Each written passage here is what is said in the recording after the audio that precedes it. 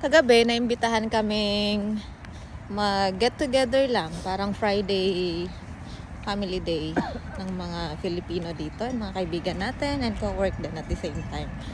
So, bandang 11 bago mag 12.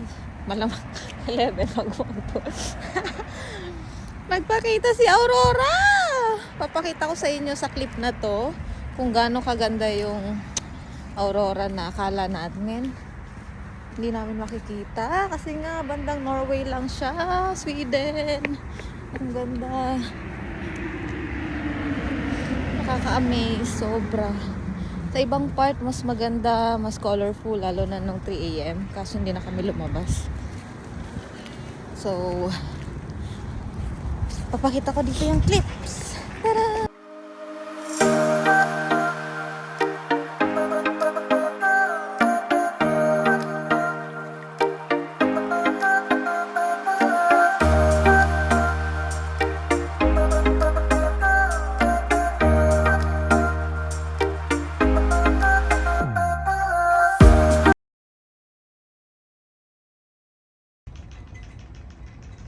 Saan ka galing? Parang tagal mo. Kalahin na ako ito. Saan ka galing? Saan ka nakaano? Sa may tulay. Saan? Doon? Yung tulay po sa wito sa kabila. Tapos may daan pa siya paikot? Hindi ko alam kung may daan. Parang Akala ko iniwan mo na ako.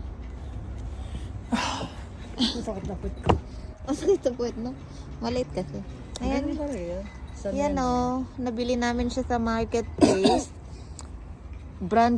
Halos brand new lang kasi nung tinanong namin kung anong reason niya bakit niya binibenta to, Canadian yung nabilhan namin.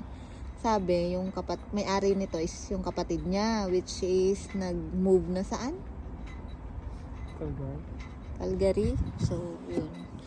Halos bago lang din. Meron na siyang kasamang folded to guys, so pwede namin ilagay sa loob ng bahay at nagnanakawan nga dito ng mga gamit. So folded, may kasama ng lock, dalawa na. Isa lang. Ano yung isa? Lock din siya. Pandok phone.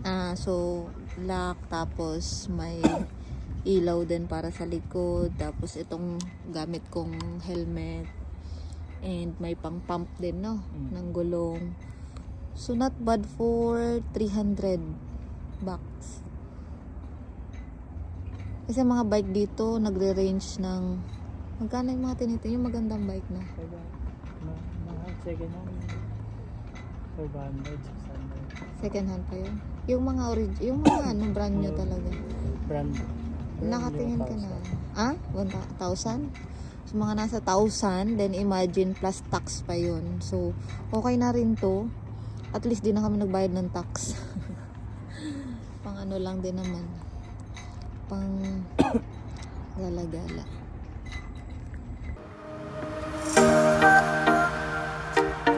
Ikaw mo mag-bike.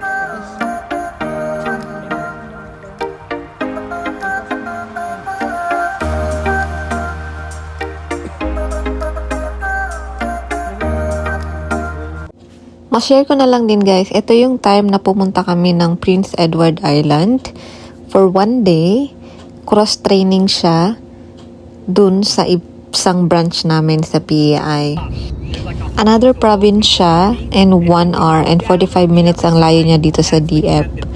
And super grateful ako kasi nga, syempre kahit paano baguhan pa lang din, and naisama na nila ako para mag-cross-train and para may makuhang idea, or baka may makuhang idea from the other branch, from the other outlet.